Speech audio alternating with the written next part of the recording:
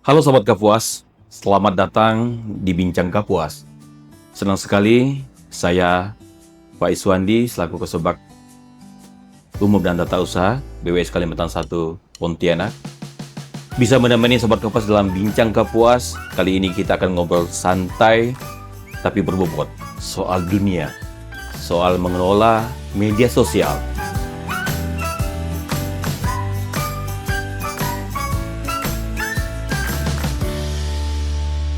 Langsung bersama narasumber dari Biro Komunikasi Publik Pekerjaan Umum.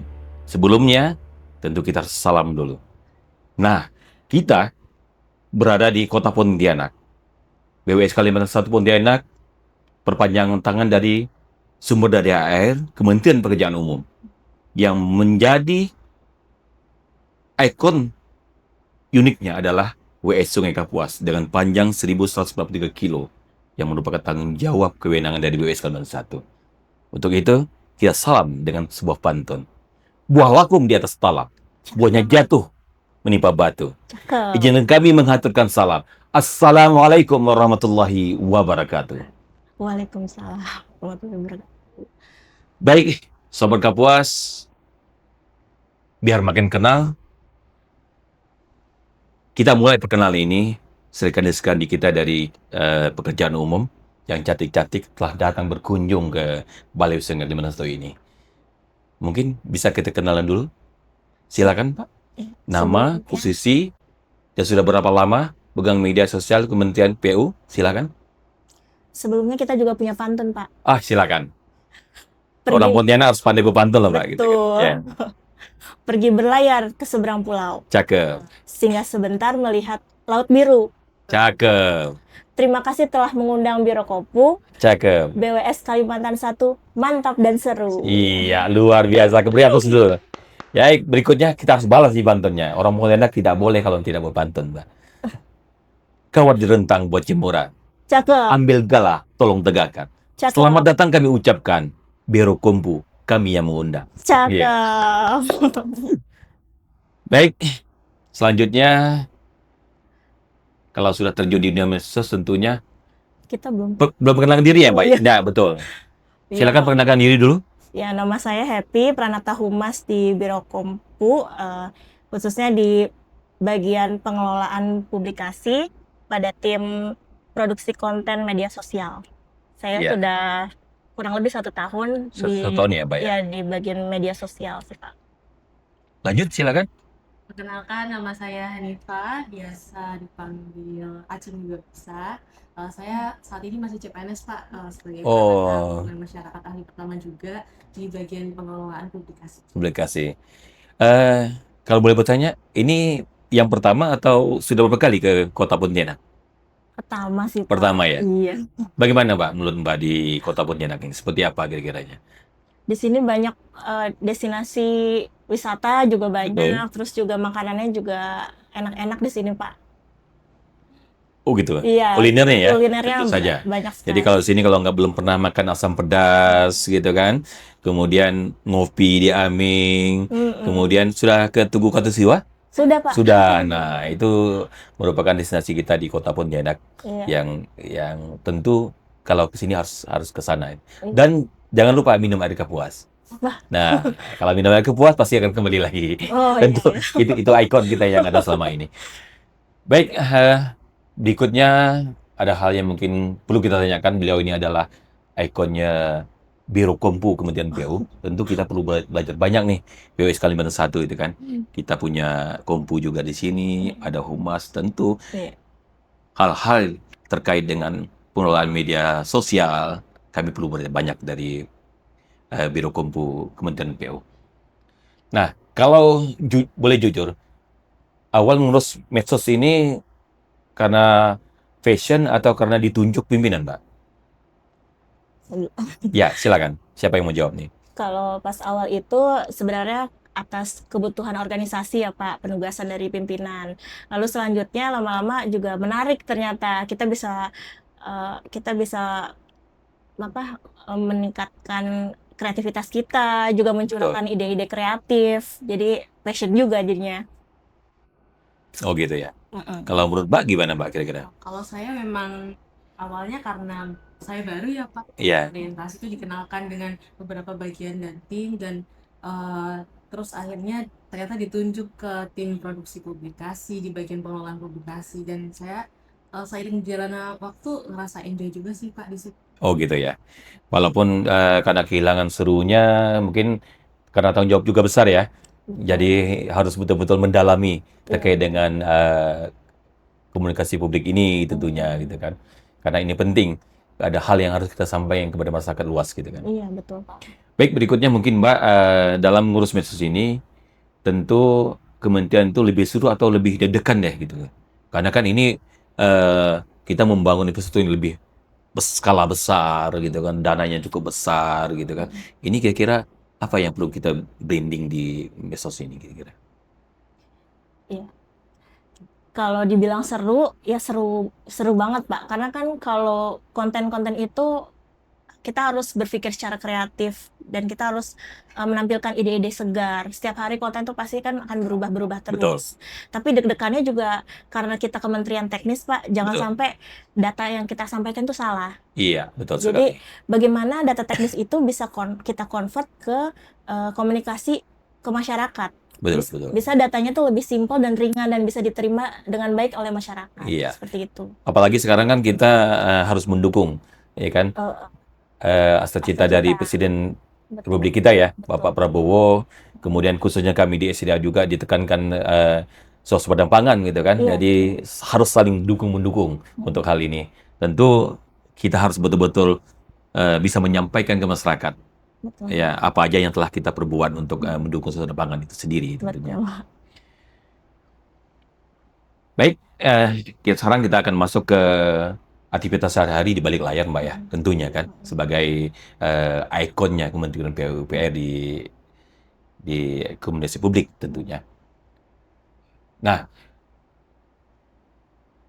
dari rutinitas harian pengelola medsos Kementerian itu seperti apa sih, Mbak? Dan apalagi sampai konten tayangnya gitu kan. Nah, kira-kira dalam keseharian dalam mengelola medsos ini seperti apa sih sebenarnya gitu kan? Yang harus tayang, kemudian konten apa yang harus naik, apa yang harus di breakdown, tentu kan ada batasannya gitu kan. Nah, kami juga di sini perlu memahami itu gitu kan sebagai field project kami gitu kan tentu. Betul. Kira-kira apa nih, Mbak? Kalau kami biasanya tuh kan kita bekerja sebagai tim ya Pak. Di tim kami itu ada pengolah bahan dan penyusun data yang bertugas sebagai copywriter. Jadi mereka mengolah data sehingga data tersebut bisa bahasa itu diubah menjadi bahasa yang lebih mudah untuk dicerna oleh audiens Betul. masyarakat luas. Nah, setelah dari mereka sebagai copywriter, kalau misalnya copy-nya sudah siap, nanti disampaikan ke kami sebagai desainer, dan kami yang bertugas untuk mengemas kopi tersebut menjadi desain yang menarik juga, tapi juga tetap mudah dipahami oleh Di masyarakat. masyarakat ya tentunya. Ya, dan di situ kita harus mengolah bagaimana tone warna yang sesuai, kemudian moodnya, mungkin ada informasi-informasi tertentu yang harus di-highlight agar masyarakat bisa pay attention ke informasi tersebut. Terus mungkin ada notes-notes lain yang mungkin harus ditekankan agar masyarakat juga lebih mudah memahami hal yang tadinya teknis menjadi hal yang lebih mudah untuk dicerna mereka gitu kan. Kemudian untuk setelah kami selesai dengan desain, masuk ke QC dari ketua tim kami agar nggak ada yang miss secara visual maupun secara data. Kemudian nanti dari ketua tim masuk ke kaba kami, itu quality controlnya juga dari ke ketua tim, kepala bagian, kemudian sampai ke kepala. Oh gitu ya, Mbak. Itu ada tahapannya tentu. Iya. Nah, tentu kan dari itu pasti ada ini ya layak tayang atau ada yang tidak ya, Iya, tentunya kan. betul. Nah, apalagi platform sekarang semakin banyak nih, ya kan. Nah, dan di era sekarang ini, era digitalisasi, era media sosial yang begitu semua sudah bisa melihat, tentu kan ini menjadi hal yang sangat penting ya, Mbak ya, untuk kita bisa menyampaikan apa yang telah kita bangun di struktur KPUN ini kan. Dari semua lini tentunya kan. Baik, mungkin yang selanjutnya Mbak. Dari semua platform yang dikelola, mana yang paling menantang dan kenapa kira-kira?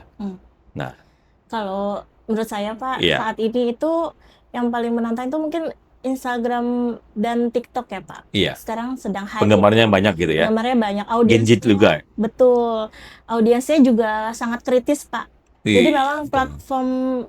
dua platform itu memang menjadi ruang diskusi yang bisa, Hangat lah. iya, yang hangat. Jadi masyarakat bisa langsung menyampaikan, Bahkan bisa viral gitu ya. iya, bisa viral, bisa menyampaikan saran ataupun keluhan, entah pertanyaan apapun bisa langsung disampaikan di situ gitu Pak.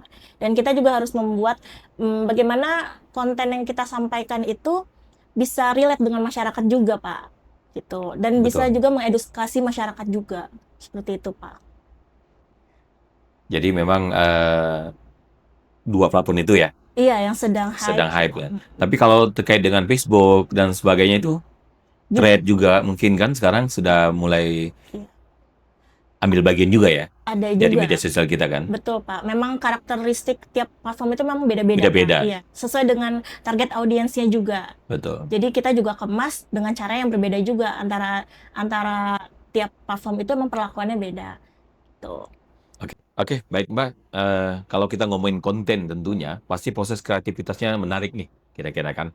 Nah, biasanya ide konten datang tuh dari mana Mbak? Apakah dari rapat, lapangan, atau tiba-tiba pas scroll medsos dan sebagainya gitu kan? Nah, tentu kan seorang itu kan harus punya imajinasi yang tinggi kan gitu kan untuk berkreasi seperti apa gitu kan. Kira-kira gimana Mbak? Kalau untuk konten sih kami harus banyak cari referensi juga ya Pak. Betul. Nggak cuma dari mungkin referensi dari akun pemerintah instansi lain, atau mungkin kita juga biasanya ngelihat dari akun-akun balai gitu, mereka buat kontennya seperti apa. Kadang-kadang mereka justru banyak ide kreatif dan segar gitu, jadinya itu sangat membantu untuk kita refresh ide-ide gitu. Coba. Oh gitu ya. Iya, mungkin juga kita bisa melihat tren terkini juga Pak. Jadi riding the wave Pak. Jadi bisa meningkatkan engagement dari situ Pak. Oh Kita gitu. mengikuti tren, bisa meningkatkan engagement juga. Betul, betul. Iya. Baik, dan ternyata respon netizen kadang-kadang di luar dugaan ada nggak Pak kira-kira? Ini ketika kita tayang nih gitu kan, responnya sangat berlebihan dan sebagainya, kira-kira ada nggak seperti itu gitu? Pasti Pak. Beragam. Pasti ya? Ya, respon netizen kan pasti beragam ya. Mungkin ada dari audiens yang mengungkapkan kekecewaan mereka terhadap sesuatu tuh di suatu postingan gitu kan Pak. Tapi Iya. mungkin juga itu tidak terkait dengan instansi kita juga, itu Betul. bisa jadi. Tapi ya itu kita menyikapinya harus dengan hati-hati juga sih Pak, biar enggak nanti menimbulkan merembet ke yang lain-lain juga. Betul. Jadi kita harus betul-betul melihat kaidah-kaidah tertentu kan, dijaga, menyikapi. Makanya media sosial itu seperti kayak pisau ya. Iya, Nah, digunakan di saat yang tepat bermanfaat, di saat yang tidak tepat bisa jadi masalah gitu kan tentunya. Nah, kalau konten itu seperti apa sih yang paling disukai netizen sejauh ini, Mbak? Biasanya ya, kalau yang relate banget dengan masyarakat, artinya yang berdampak sekali kepada masyarakat tuh biasanya engagement-nya naik. Dan juga kadang-kadang betul. penokohan juga Pak, misal ada Pak Presidennya, itu juga naik juga. Sangat mendukung itu ya, Iya. untuk menunjang gitu ya. Makanya ketokohan itu penting ya. Ketokohan Tokoh satu daerah itu tokoh agama, tokoh pemerintahan, tokoh pemuda dan sebagainya itu tentu akan menopang semuanya. Menopang juga, iya. Kemudian berikutnya, ada nggak Mbak konten yang awalnya nggak terlalu diharapkan misalnya kan, tapi ternyata responnya luar biasa nih, gitu kan. Konten yang Gitu. Ya kitanya bikin biasa-biasa aja nih gitu kan, tahu-taunya ini meledak gitu kan. Nah ini viral gitu kan, ini punya engagement yang tinggi gitu kan, seperti apa Ini gitu. ada beberapa konten yang memang seperti bencana kemarin ya Pak, itu kan memang kita dikejar waktu juga agar bisa memberitakan informasi di sana secara real time juga, karena kalau nggak kan agak basi juga kan. Iya betul. Itu banyak viewersnya karena memang masyarakat pengen tahu keadaan di sana gimana. Betul. Gimana kita menangani hal tersebut di sana.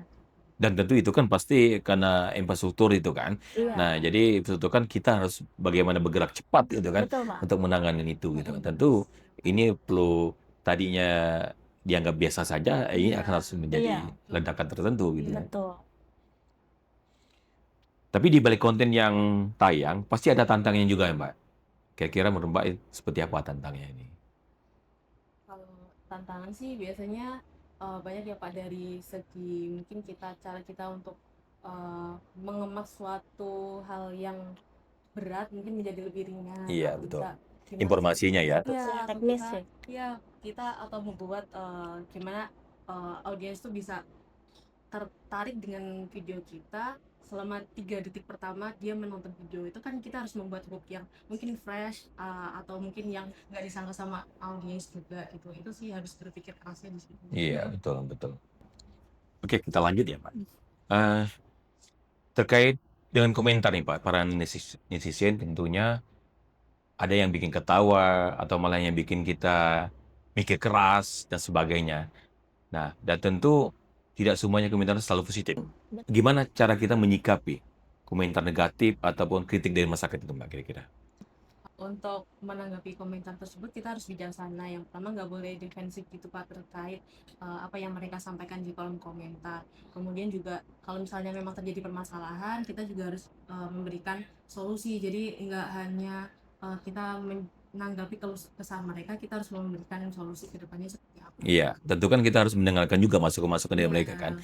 Sifatnya masukan, ada yang sifatnya membangun, Betul. koreksi juga tentunya bagi kita yang sebagai pelaksana kegiatan infrastruktur itu sendiri kan tentunya. Baik, berikutnya seberapa penting sih peran media sosial ini dalam menyampaikan kinerja kerja-kerja yang dilakukan oleh Kementerian PUPR terkait dengan pembangunan infrastruktur ini, Mbak? Tentunya sangat penting sekali Pak. Kalau di media sosial itu kan kita akun kementerian sudah pasti menjadi citra ya. Citra kementerian itu sendiri, wajah dari kementerian itu sendiri. Jadi kita juga harus bagaimana tadi menampilkan konten-konten yang sifatnya mengedukasi publik, mengkonvert dari bahasa teknis menjadi bahasa yang ringan dan diterima oleh Mudah diterima masyarakat. tentunya kan. Iya, tentunya juga harus yang transparan juga, Pak. Yang tadi kita juga sudah bahas, transparan dan juga satu narasi juga, Pak. Jadi kita bersama unit organisasi juga sama-sama kita satu narasi. Misalkan sekarang itu dari Bakom RI itu terkait asa cita swasembada pangan, Iya, betul. pembangunan infrastruktur. Nah, kita sama-sama juga satu narasi itu. Makanya adanya agenda setting yang sudah dilakukan oleh Bakom RI. Iya, betul ya, ada Tiap- setting ya. Iya, tiap 2 bulan sekali itu kita juga buat versi Kementerian PU sehingga Iya, sama-sama unit organisasi dan juga Biro Komunikasi Publik sama-sama memiliki tujuan yang sama. Kita Betul. harus satu tujuan dulu, Pak. Iya. Seperti itu. Yang jelas itu asa cita bisa tercapai kan Betul. dari kebersamaan itu tentunya. Baik, berikutnya mungkin ada momen tertentu Mbak yang bikin bangga menjadi pengelola medsos di Kementerian PU ini. Kira-kira apa sih Yang bikin yang bangga. menjadi kebanggaan kita nih? Ini loh, di balik media yang kita publiskan gitu kan, ada orang di belakang layar ini siapa gitu. Kira-kira Mbak kita? Kalau buat saya pribadi, Pak, ketika engagement-nya naik, terus ketika konten itu dikutip oleh media lain, itu sudah suatu kebanggaan untuk kita. Artinya berarti media sosial Kementerian PU ini menjadi rujukan utama untuk media-media lain, seperti itu. Oh gitu Mbak. Jadi itu kebanggaan Itu tersendiri. kebanggaan tersendiri sih. Kalau menurut Mbak gimana kira-kira? Kalau saya sih, saya biasanya senang karena kalau misalnya ada video atau ada postingan yang itu bisa bermanfaat bagi masyarakat. Misalnya ada video tentang bencana tadi ya, yang viewsnya banyak, itu yang relate dengan informasi apa yang dicari oleh masyarakat, itu lumayan terharu. Iya, bisa tersampaikan kan Betul. tentunya. Informasi-informasi terkait dengan infrastruktur, bahkan informasi terkait dengan penerimaan CPNS dan Iya. sebagainya juga kan ada di media sosial gitu, tentunya kan. Nah, kita harus mampu menyampaikan itu kepada seluruh publik tentunya kan. Seluruh putra-putri se-Indonesia ini bisa bersaing misalnya untuk CPNS-nya dan sebagainya. Tentu kan itu, Mbak. Betul.